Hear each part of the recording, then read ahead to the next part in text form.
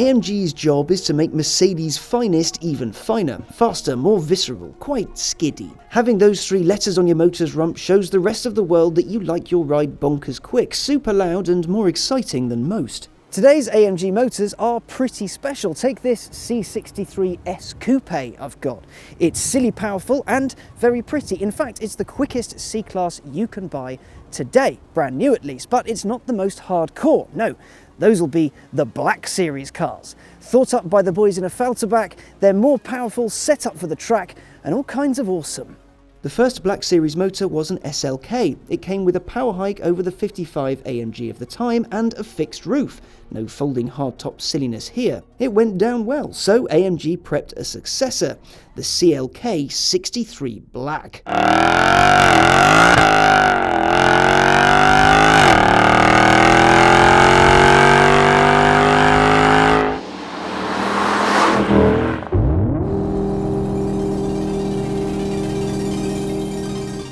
And this is it. It's got a 6.2 litre naturally aspirated V8 with 507 brake horsepower and 464 pound-foot.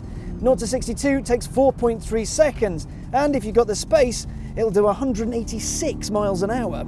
Based on the CLK 63, it got more power than its same sibling and a raft of other changes. See those wheels? Forged aluminium. They only weigh about 11 kilos. There's carbon fibre reinforced plastic in the door trim and centre console. The gear selector is made of aluminium as well. On the outside, there's a whacking great spoiler and air dam on the front to feed its radiator with cool air and to keep it on the ground. And those wide wheel arches aren't there for show, but to house the CLK Black's wider track.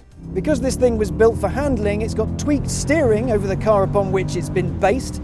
It's got adjustable suspension, and while it may not be quite necessary for going round corners quickly, a monstrous exhaust. Can you guess which car influenced this one's creation? Hardcore version of an already quick road car, German, does track stuff very well, might not be too forgiving on the road. Ah yes, the Porsche 911 GT3 RS, the glittering star itself. And you can't really blame Mercedes for wanting to take that bad boy down, can you? So, what is the CLK like to drive? Well, the steering is quite good. It's a bit light for my tastes, but it is quick, unnervingly quick. The interior is a bit dated and it smells like an old Merc. Like, got all this carbon fibre stuff all over the place. And the idea is, you know, race car for the road, take on GT3 RS and what have you. And you do get that impression, you really do. The gearbox though is quite vague. So you flip down a paddle, you don't really feel the car reacting to what you're doing. You just kind of pull the paddle and hope. So allegedly we changed up a gear then, and then, there we go. So you pull the paddle, something happens. Bit slow that. Brakes are okay, there's a bit of pedal travel on this particular motor. They do stop you, but they're not as confidence inspiring as a modern set of proper stoppers. If you're sensible, it will be lovely. If you're not, it will do this. It's twitchy. It is super twitchy. It doesn't like the wet at all. Fantastic if you're into that kind of thing. Not so great if you're in the middle of town, but thankfully I'm not. This is the second Black Series car. Merc was still learning. It's still pretty good for its era, for its time. This is pre-DCT on everything and XYZ. It feels pretty solid when you're cornering. You can feel the car move around, but you do have to respect it. This is a car for people who know what they're doing. This is the car to take on the GT3 RS. But GT3 RS ain't quite this twitchy. It keeps you on your toes, shall we say. It makes you feel alert. The CLK was produced in greater numbers than the SLK. 700 were made between April 2007 and March 2008. Not a huge amount, but enough, especially considering it was the thick end of 100 grand when it was new. After the CLK was done, an SL65 Black appeared. It had a staggering 670 horsepower and 737 pound-foot. It was big, brash and wonderful. Well, a turbo V12 tuned by AMG isn't going to be dull, is it? After the SL went away, Mercedes tried its hand at something a little less mad. The C-Class. It took a standard C63 AMG, if you can call it that, and beefed up its 6.2 litre V8. Power went from 457 horsepower to 517. Torque, 457 pound-foot. It was hardly short of some shove. Its engine was different from the regular C63. AMG nabbed some bits from the SLS supercar to make it more powerful and, crucially, a bit lighter. It revs higher than the base car as well, 7.2 thousand RPM to the vanilla car's 6.7. As with its predecessors, it's a touch lighter than the car upon which it's based as well. Yes, there are hidden bits, but the most notable bit of weight loss is the lack of rear seat. Performance-wise, 0 to 62 takes 4.2 seconds, and its top speed is 186 miles an hour if you've got testicles big enough. You have truly enormous brakes, a wider track front and rear, and adjustable everything so you can set the car up to your own personal preference. A few years after the CLK brought the noise, the C-Class thought it would bring just a little bit more.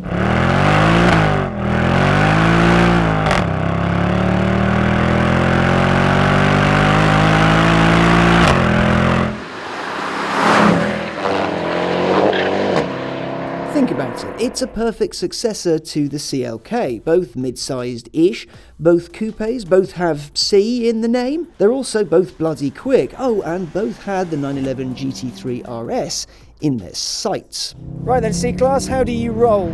The CLK is a bit twitchy and a bit leery, but you know, it's an AMG with mega hardcoreness applied to it. This is similar. I do love me an AMG because they're always a bit floaty but still mega powerful and very play-withable.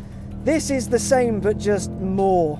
Good lord, the noise this thing kicks out is simply astounding. There is no replacement for a proper naturally aspirated V8. I've got 7 speeds to play with, all on the paddles, no manuals here. It'll tell me when I need to shift up if I need to, and it's quick and smooth, and in this mode it's a little bit jerky, but that's to let you know that you're doing things properly. Let's talk about grip, because, well, yes, you can go all skiddy and what have you with this. If you do it right, you end up just gripping and pushing yourself out of a corner. You can feel pretty much everything through it. It's so sweet. Such a good feel through this. Gearbox, when you're going mega quick, can be a little slow to respond, but it gets you there in the end. And the brakes, epic, massive things, easy to modulate, easy to feel through. Again, it's got that slightly older Merc feel to it, so the interior maybe not quite as shiny as a newer car, but it feels special. When the C-Class was done, after 800 were sold, there was room for one more Black Series car.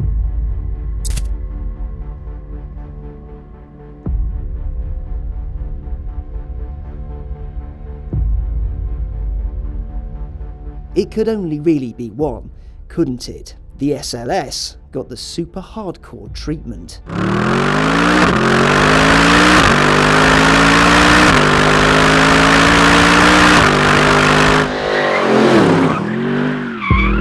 Well, hello SLS. Now this is a car I've been wanting to drive for years. It's got a 6.2 litre naturally aspirated V8, a long, low, wide body, and it's all kinds of sexy. Because this is the Black Series, it's boasting a little bit more power over the car on which it's based, 622 horsepower compared to the standard car's 583, though it does have a bit less torque, 468 pound-foot to the standard car's 479. As a result, 0 to 62 takes 3.5 seconds, and it'll top out at 196 miles an hour, a touch slower than the car is based on. But while some numbers may differ from the non-black SLS, there's far more going on here than simple top trumps. This car revs higher, up to 8,000 RPM, and it's actually 70 kilos lighter than the car upon which it's based. But more importantly, it's 80 kilos lighter than a Ferrari F12.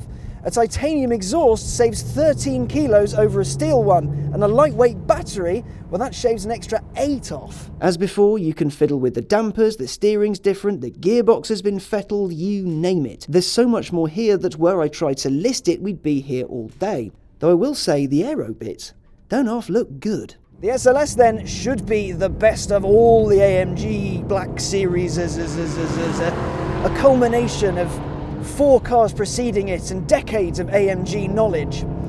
So is it? That is the question. The thing that I really enjoy is the noise. Listen to the noise. This, kids, is what cars used to sound like. Just anger and fire and hatred and Thor and the good shit, basically. I got 7 speeds on some paddles, no manual here, probably a good idea. Lunch the clutch in about 6 minutes. It's got a decent shift to it, nice and smooth, fairly instant. This engine revs so freely. It just flies up the rev range, and the brakes, so easy to modulate. Oh, listen to that shift. There's a nice smooth action to the pedal, and then you twin it with this steering, so direct. The way this gets you around a corner it's just something else. It's beautifully controllable, yet you feel like it wants to eat you. This is a proper AMG. This thing is unhinged. I'm a little bit in love with this. This gearbox is just sublime. Truly, truly sublime. It's beautiful.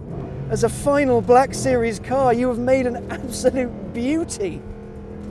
Okay, I can't really see out the back, and it's mostly bonnet, but just look at this thing. The fit and finish in here as well it's just stunning. An absolute beautiful special car. All that effort that's gone into making it, to make the finest Black Series I can. Brilliant. Absolutely brilliant.